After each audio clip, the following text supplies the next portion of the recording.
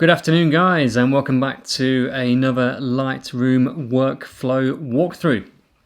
And today we'll be focusing on a couple of pictures from the Peak District in a tiny little town called Castleton. Now this particular house has been photographed quite a lot in terms of sort of Peak District photography, and I've probably posted it myself, to be fair, maybe 4 or 5 times as well.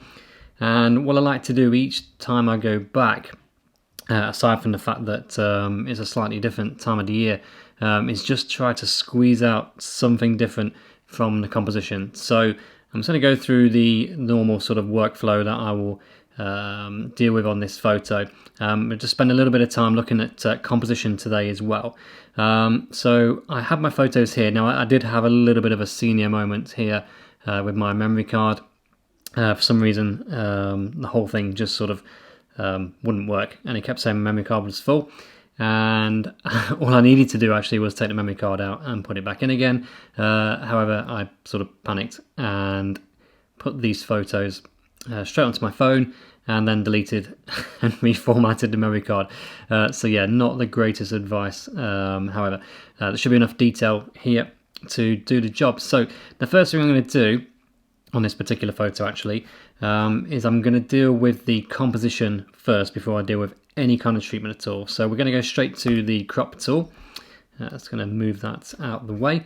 Now for Instagram, the most amount of real estate that you can get is selecting your images to be a 4:5 crop aspect ratio. So we're going to select that first, and then just sort of work out roughly where I want to position the crop. Now if we look at this photo, the bits that I'm not particularly keen on are this sort of rough gate here in a table.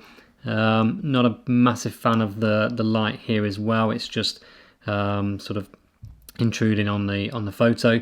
I do like the colours here, and this is the key part of my composition in terms of colours and framing as well. And of course we got the house here as well. So what I'm going to do actually is just sort of bring this down a little bit, and then just grab the top left corner and just sort of pull that down. Obviously the aspect ratio here is locked, denoted by the padlock on the right. So I'm going to bring it down enough so we don't know necessarily what that is. If I put it out here, I can see that it's just a knackered old patio table and a bit of a ropey old gate as well. So I'm going to bring that down and just exclude that. But what I do want to do is just keep these lines in here. Now maybe that's overly fussy, I don't know. That's just how I like to do my framing. What I'll probably do as well is, again, I don't particularly like to just leave little bits of my composition here and sort of cutting things off. So I would either have it here so we get this part at the top and that part at the top, or I'm going to just remove them all together and bring the composition sort of further down. So I think what I'm going to do is I'm going to do that, maybe bring it in just a tiny bit more to the side as well, and then push it back up there to maybe about there. Okay, and just sort of apply that crop. Okay, so I'm reasonably happy with that.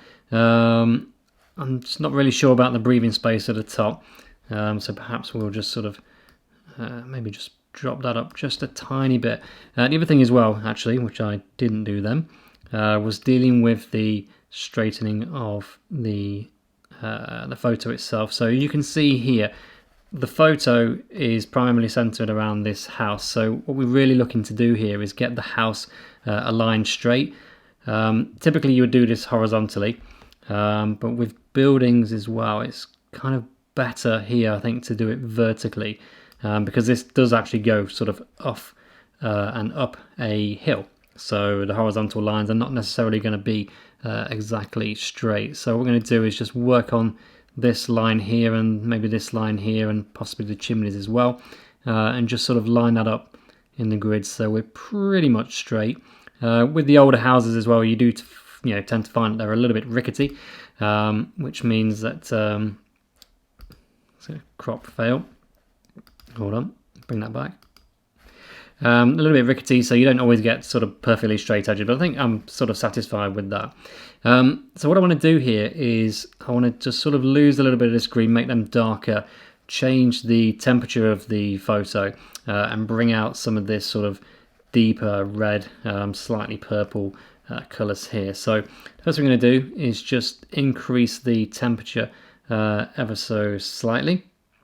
Okay, again with the exposure, it's a little bit on the dark side if you look at the histogram. So I'm going to just bring the exposure up just a tiny amount there. I don't want to sort of accentuate too much of the highlights, etc. I'm just going to drop the contrast down a little bit, so maybe sort of -15, -20, something like that. With the highlights, so looking at these highlights here, and I think at the moment they're probably okay. What I'm going to do is just make this a little bit lighter in terms of the shadows. And I'm going to do the same as well with the blacks. Now the reason I'm going to do that is because when I work the tone curve, it's going to bring back quite a lot of contrast into the photo. So I'm going to kind of pull it out to then kind of put it back in again, if that makes sense. So again, if you wanted to create a really dark, moody shot, then you would probably crush your blacks like this, and you get this really sort of super high contrast feel. I'm not going to do that on this particular picture. What I want is something a bit sort of soft, a bit more vintage, and a bit more in line with what the actual, what the area is like and what that building is like as well. So now, because I killed a bit of the contrast here, and I'm going to kill a bit of the sharpness as well, what I will do is just preserve a little bit of texture and sort of add that in, kill a little bit of the clarity. Again, the reason I'm doing that is purely because the tone curve is going to dramatically change how this looks. So I'm just making these adjustments here. Now, I'm making these adjustments on the basis that I will make sort of sweeping changes in this area here. So that's why I'm doing those. So as we sort of come down here, so I'm going to work on the tone curve next. Again, sort of reasonably common approach to do this. It's sort of marginally an S-curve. I like to keep this part kind of straight, especially on this composition here. And then what I'm going to do is deal with my black. So the left-hand part of this tone curve deals exclusively with the blacks, then the shadows, and then as we go to here, this is the midtones of the photo, and then we're dealing with the highlights and then the whites. So just so you know what you're affecting, and effectively what I'm doing here, if I grab this bottom left corner, I'm affecting any blacks that are in the photo. I'm actually making them lighter, so a little bit more grey. And what that does is it gives a more faded, vintage, sort of oldie worldy feel to the photo. So now, because of the adjustments I made up here, at the moment, if I just make that one adjustment, it still feels a little bit sort of lame. So what I am going to do is drag this and work the shadows, and this is where we'll get a bit of drama back into the photo. So now you can see I've got quite a lot of contrast here, and I might just move it slightly to the right to get a little bit closer to the midtones. Okay, and sort of not too far. I don't want it too contrasted. You can see how there's a lot of black in there now and a lot of contrast. So I'm just going to dive back up there slightly and just kill a tiny bit more of that off. Now again, you can see there that I've gone from one extreme to the other, but again, it's in anticipation of doing some more work with the actual colours themselves. So I'm going to just drive into the to the hues. So just a reminder that the hues deals with the actual colours that are in front of you. So if I see sort of greens here, for example, what I can do is I can take a value that would typically just be normal green, and I can make it more yellow. So you can see the leaves on the trees are changing to yellow. Or I can go the other way and I can push them more towards aqua. What it actually does is give you this really gaudy, almost nuclear green. Now, weirdly, I'm actually going to leave that quite high up there. But fear not, that is not going to be the end result. So don't panic too much at this stage. With the yellows, I'm going to make the yellows just warmer. So anything that's yellow in here, I'm now making that a little bit more orange, and what that will do is just add a bit of warmth to the photo. The reds, I mean, I want to sort of concentrate on these reds a little bit, but I'm probably not going to change the actual colour of that. I'm going to deal probably more with the saturation, but let's just see how that works out. Now, typically I would sort of kill the reds from my photo, but if I do that here, I'm going to lose a big part of this composition, and it goes a little bit insipid. So I'm going to maintain those reds probably just back to where they are. I don't want to oversaturate them because you start getting this horrible coloured fringing effect here. So I'm just going to leave them exactly where they are. Instead, I'm going to just drop out some of these yellows and greens from the photo, and this will also kill some of the contrast. So again, if I make that super saturated, you can see the color contrast, not just the black and white contrast, makes the photo just too HDR, too dramatic, and not in keeping with the actual sort of property itself. So I'm going to bring these down. I'm going to start with maybe, I think, just where it just starts to go into green, which is around about there, I think. So minus 55, that works for me. It's going to kill a bit of the aquas and a bit of the blues as well. That's just to keep the overall sort of look and feel of the photo quite warm. Now again, with the purples and magentas, you know, a lot of people will kill those out of here, but as you can see, I've got a few things that actually do have purple in them. So I'm going to leave them as they are, and with the magenta as well, maybe just drop that a tiny bit. Then with the luminance, we're going to just deal with the yellows and the greens again. So it's going to make them a little bit darker. Okay, and the greens again will have a quite a profound effect on this. Now again, if I go too far, it sort of kills the composition a little bit too much. So what I'm going to do is maybe have them at about 45, I think is okay. Yellows, again, now what you can do is, because the yellows are in the sort of highlights of the tree, if I kill it too much, it makes everything too dark, but I don't want to have it too contrasty either. So I think, again, just where you see a sort of, you know, we want to be on the edge of a transition, I think, is probably the best place to go on there. And then with the magenta as well, just look at what that's actually doing. Again, typically I would kill the magenta, but I think in this instance I'm actually going to just highlight that ever so slightly, just to give us a bit of punch in the photo. Okay, so we're getting towards pretty much where I would like it. I'm going to make some local adjustments as well shortly.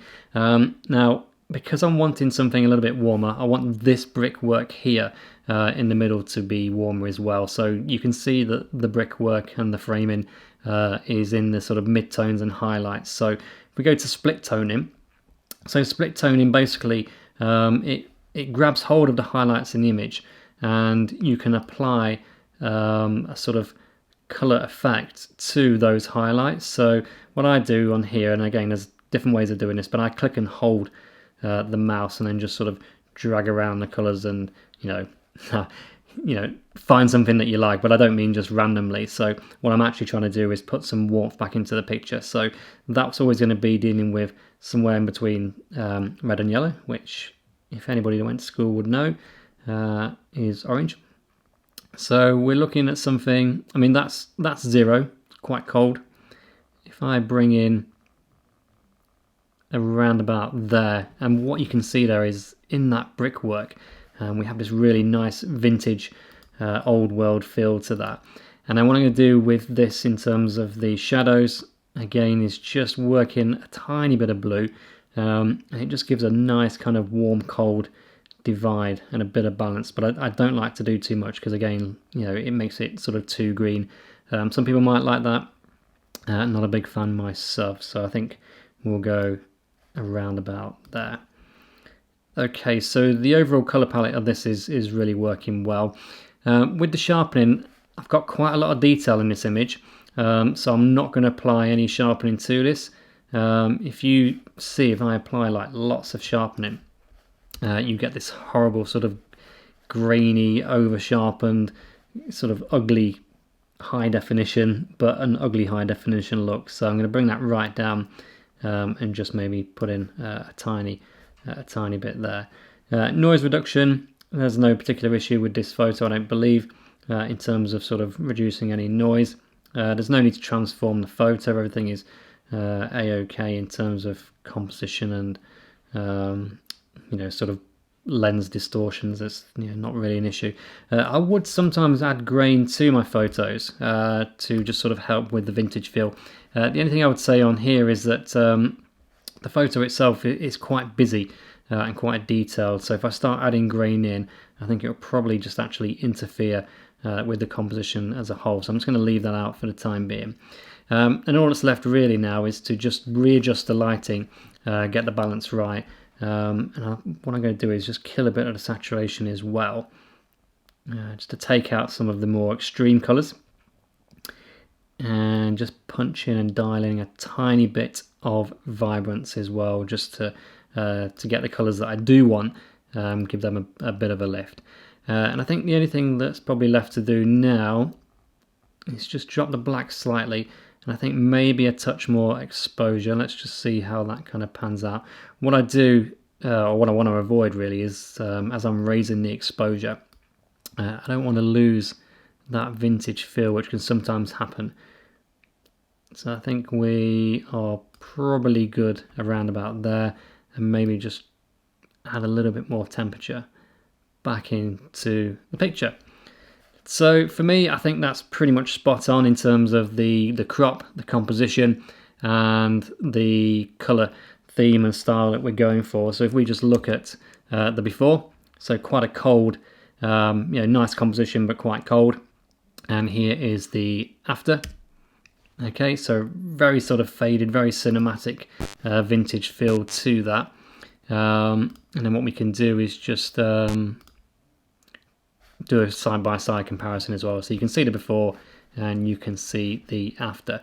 Now what I'm going to do just quickly is just press Control and Developer Settings and Copy Settings. Again, I've just grabbed everything from here, I'm not discriminating. I will copy that, and then what we can do is just load in the second photo, okay, and we can just paste those settings in. And again, here we don't have too much red in here, but we do have a slightly overexposed house. So what we can do on this one is actually just bring that exposure back down.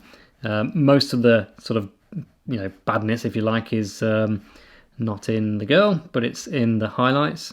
So I can just drop them right back down and to there as well. Now on this particular part of the composition, what we really need to do is make some local adjustments to bring the eye into the wall, the path, and the girl, who is called Jennifer, for those who are wanting to know. So I'm just going to scrub in some exposure here.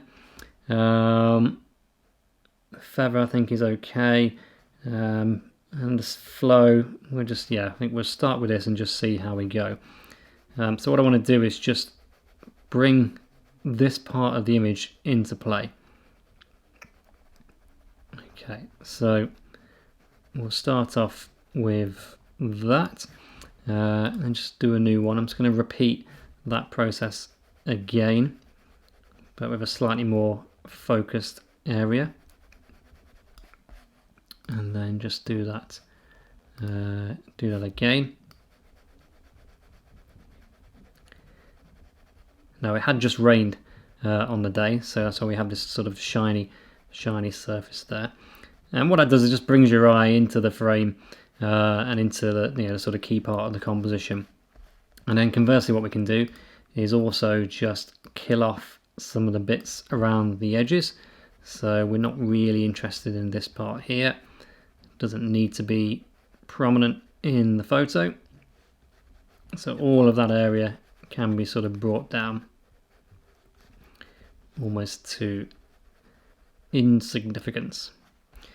And then I would say, and we're only doing a sort of rough edit here, is maybe just kill a few more of those highlights in the actual property itself, just to normalize that part of the composition, because all of the house is clearly a key component of the composition, I don't want it to take too much away from this set of leading lines and key part of the composition as well. So there we have it. So that's the workflow for this particular photo. As ever, if you guys like the videos, then obviously give me a like, drop some comments in here underneath, give me a subscribe, share the video, and just take a look at the playlist as well. I tend to post as many workflow videos as I can, so they're not necessarily tutorials, more sort of geared to the work that I would typically do. And don't forget to follow me on Instagram as well. So it's liamwood_shots. The link to my Instagram profile is in the profile video. So that's it for now, and I will catch up with you guys very soon. Adios.